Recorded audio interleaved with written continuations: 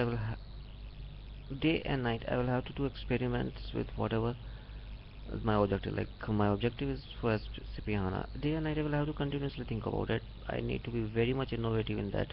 I will have to do some mathematics in that. I will have to do puzzles in that. In fact, what I will be doing is that I will be coming over here and will making the videos over here, putting the videos over here. So it is very necessary for me that you need to keep on doing it. If you won't be doing it, you won't be having the things achieved. And when you will be doing, you will have it.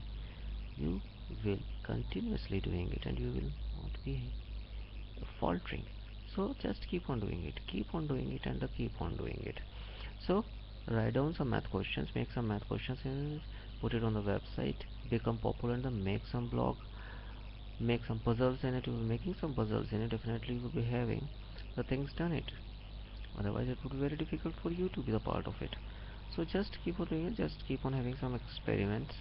You must be having a passion for it, you must be having a very logic very clear to it, and then definitely you will be achieving the things. Otherwise it would be very difficult for you to